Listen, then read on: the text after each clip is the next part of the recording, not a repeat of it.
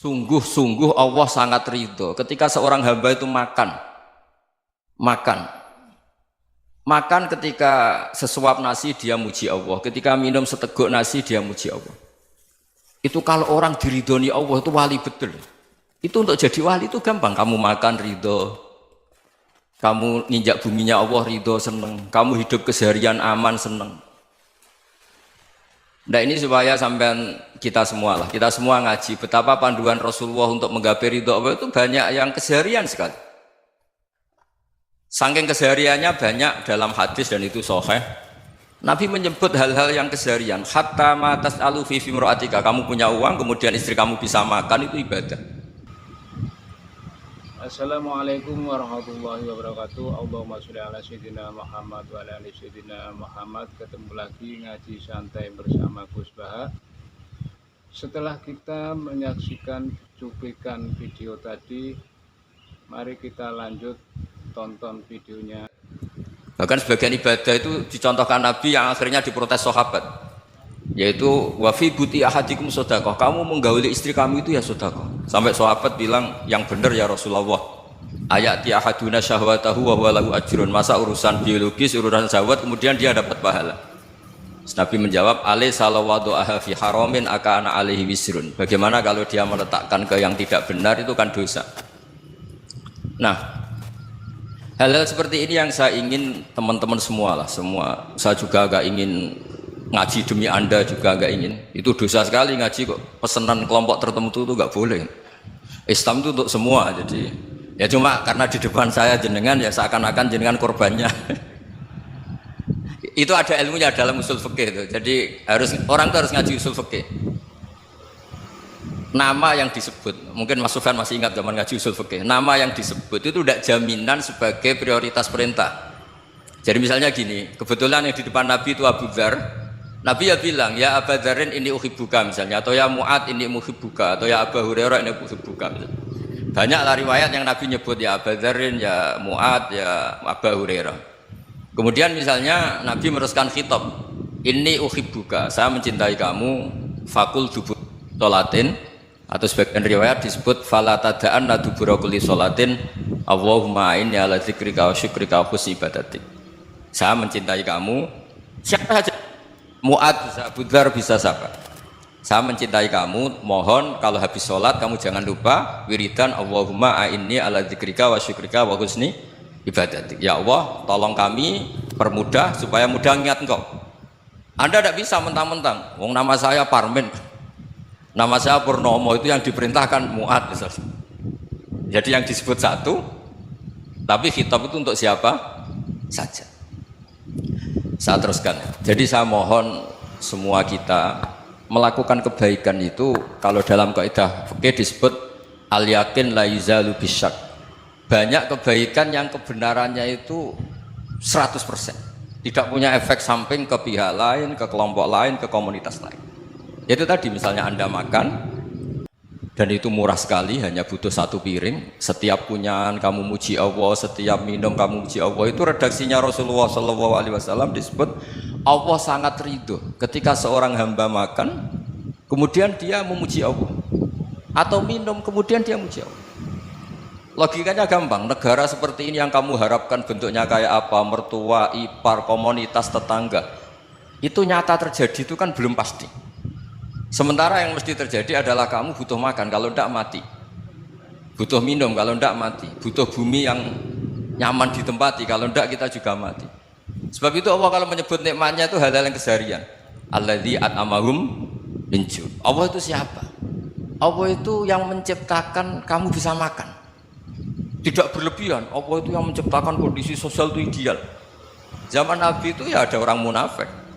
Orang-orang pilihan Allah itu juga diuji orang sekelilingnya yang macam-macam. Semua diuji sesuai konteks zaman dan waktu. Nah, tapi ada ibadah-ibadah yang selalu disarankan Nabi. Sampai Nabi itu pernah ditanya, ayul islami khairun ya Rasulullah, Islam terbaik itu gimana? Jawaban Nabi itu unik. It'amut to'am, Islam terbaik itu ya makan-makan, jangan santai-santai.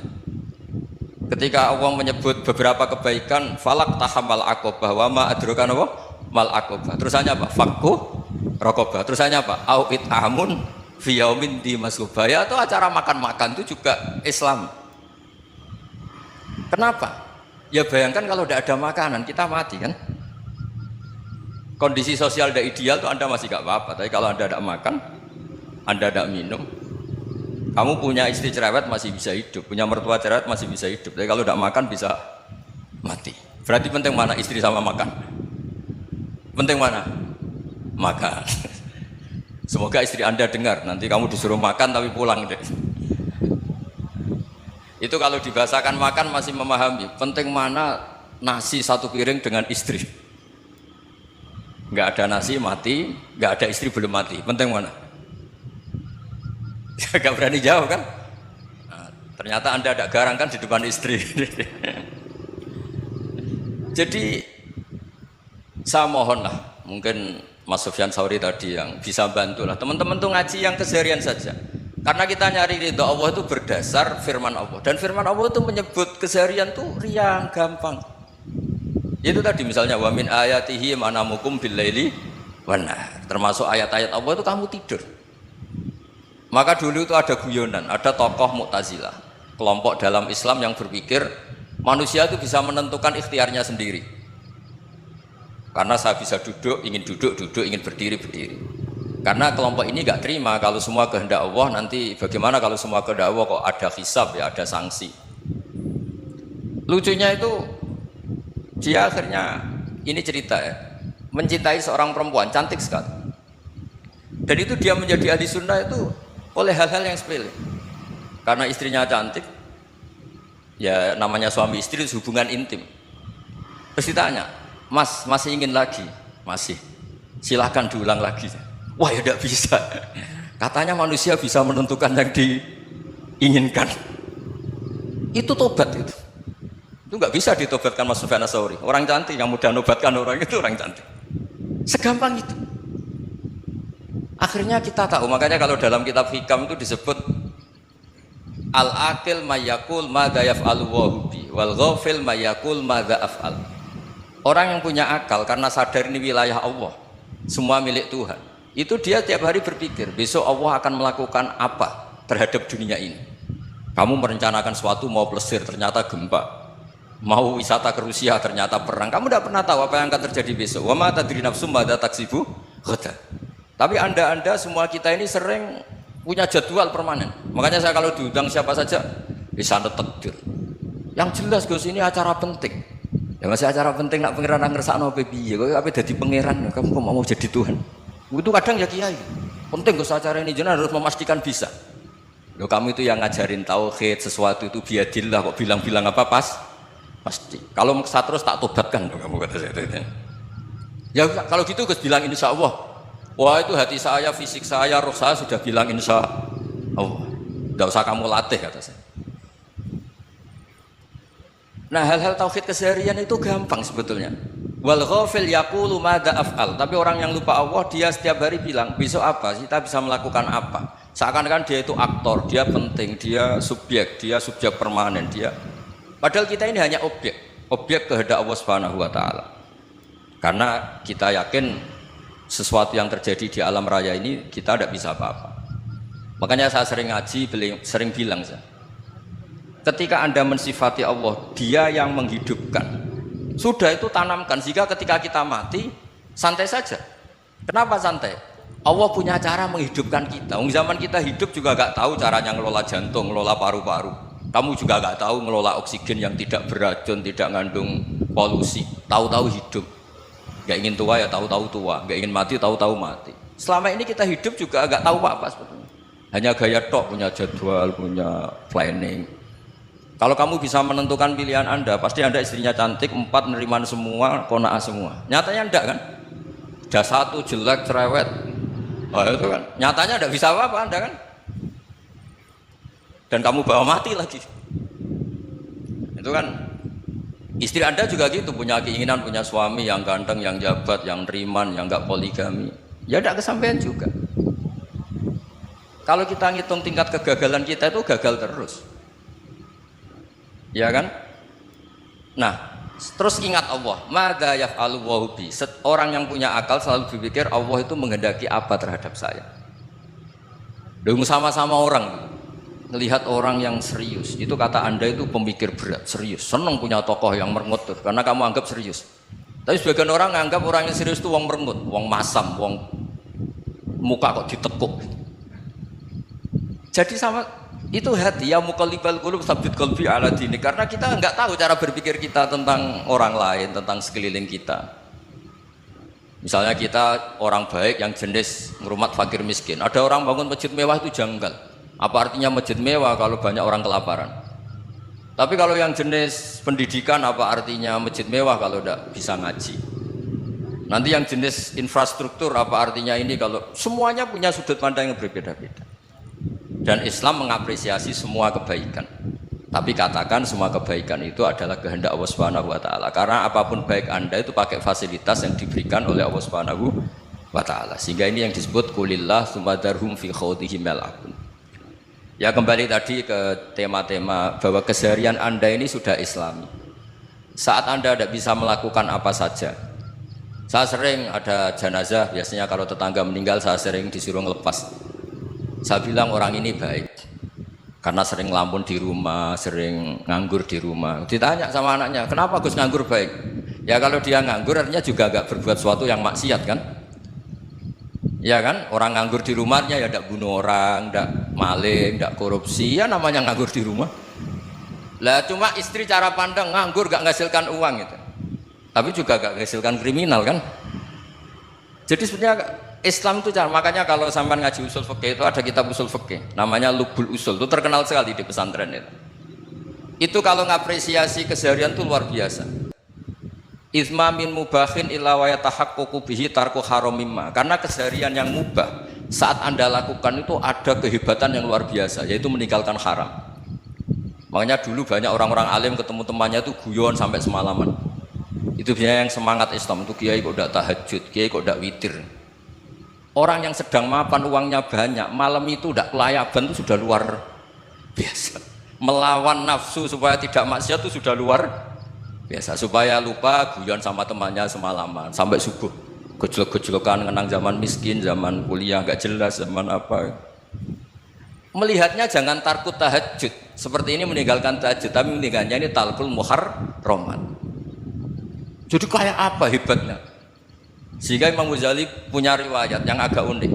Hatta takuna ibadatu akhiri hadil ummah iku an-naum. Sehingga suatu saat ibadah terbaik umat ini itu tidur. Itu kan riwayat kontroversi. Ketika Imam Ghazali ditanya, kenapa iya? Kenapa kamu mulai keluar dari rumah itu sudah banyak maksiat, melihat perempuan yang enggak mahram, melihat fenomena. Tapi kalau kamu tidur itu enggak melihat apa-apa. Tapi juga kamu jangan nganggap tidur itu ibadah betul. Saatnya melakukan fardhu ain malah masih tidur. Tapi itu sudut pandang yang menjadikan kita Islam itu gampang. Jadi saat Anda tidak bisa aktivitas apa-apa, misalnya ada beberapa orang yang lumpuh. Lumpuh itu memang nggak bisa Jumatan, nggak bisa ibadah, tapi dia juga nggak bisa maksiat. Tidur itu memang Anda saat itu tidak bisa tahajud, tidak bisa witir, tapi saat itu ada zina, ada maling, tidak gosipkan orang, tidak bully orang, tidak menanamkan kebencian, tidak hasud. Sehingga tidur menurut Allah Ta'ala wa min ayatihi manamukum billaili apa? Wan nahar. Karena di tidur itu selain ada unsur istirahat, jaga kestamina, juga ada unsur meninggalkan beberapa keburukan. Nah saya mohon ibadah yang keseharian ini kita jaga. Supaya kita semua baca ayat itu fasih. Fasih itu tertanam di hati. Allah itu siapa? Alladzi at'amahum min ju'i wa amanahum min khauf. Dan Allah kalau cerita di Quran itu anna subabnal ma'a subba thumma syaqaqnal ardhan wa syaqqa fa ambatna fiha habba wa inaba wa qadba wa zaituna wa nakhla wa hada'iqa hulba. Kamu tahu saya ini siapa, kata Allah. Saya ini adalah Tuhan yang menurunkan air, kemudian ada tanaman banyak. Habba wa inaba wa qadba, ada zaitun, ada tin, kalau orang Jawa mungkin ada tela, ada padi, ada mangga, ada pisang. Sudah. Wa inaba wa zaituna wa nakhla wa hada'iqa hulba. Ada perkebunan yang lebat. Tujuannya apa? Mata Allahkum, silahkan kamu pakai, kamu nikmati. Tapi karena kadang kita ini punya ide-ide besar. Tadi untuk syukur saja nunggu punya istri riman, rumah baik, tetangga baik, komunitas baik, semuanya baik baru syukur. Lama-lama nanti ada di surga, syukurnya nunggu surga paling kelas A. Itu sudah ada yang menghuni Rasulullah, kamu nggak boleh di situ. Masa untuk syukur saja repotnya Masya Allah. Jadi mohon Quran yang kalau Anda hafalkan juz amma itu kan ada ayat-ayat yang kayak tadi. Ya, fal yang dzuril insanu ila ta'ami. Coba lihat apa yang kamu makan itu, dari mana? Dan untuk mempertahankan hidup kamu keseharian. Jadi jangan kira ibadah itu harus membentuk komunitas yang versi Anda. Ibadah itu harus yang hal yang mulu-mulu. Kesehariannya Anda alami. Loh ini saya tidak bikin-bikin. Saya ngaji bukan karena berdasar pesanan. Itu ayat yang saya baca kan betul ada ayatnya kan. Fal yang dzuril insanu ila ta'ami. Anna sababnal ma'a sabba thumma syaqqaqnal arda syaqqa fa ambasna fiha habba wa inaba wa qadba wa zaituna wa nakhla wa hadaiqa ghulba. Terusannya apa? Mata'al lakum, silakan kamu nikmati. Mata itu silakan kamu nikmati. Ya kayak sampean dikasih hidangan ya makan. Ya sudah makan, habis makan ya minum, habis itu ngantuk ya tidur, ya sudah normal-normal saja. Kayak apa indahnya Islam? Tapi Anda mencari Islam yang gimana lagi? Nah itu yang diajarkan guru-guru kita, diajarkan sanad kita sampai Wali Songo, sampai Rasulullah SAW. Bahwa pada akhirnya ada jihad, ada perang. Itu dulu memang perang, bukan membunuh, beda. Dulu kita dijajah Belanda ya perang, dan itu normal karena kita dijajah. Jadi ketika orang lain ingin baik sama kita, wa in ahadum minal musyrikin astajaruka ya fajirhu hatta yasma'a kalam Allah. Kalau mereka ingin baik ya kita baik. Makanya ada istilah mustakman, muahad. Kalau mereka ingin damai, berdampingan dengan kemajmukan ya itu yang lebih baik. Karena memang Islam menghormati proses perdamaian. Wa in janahu nawa lisalmi ya fajnah lah. Kalau ingin damai ya kita harus.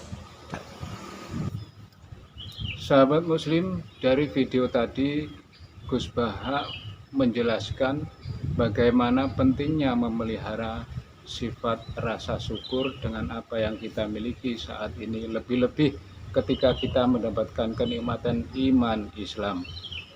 Demikian ngaji hari ini, semoga mendapatkan ilmu yang manfaat. Jangan lupa ikuti terus video kami dengan cara tombol lonceng notifikasi, like, comment, subscribe. Sekian, Assalamualaikum warahmatullahi wabarakatuh.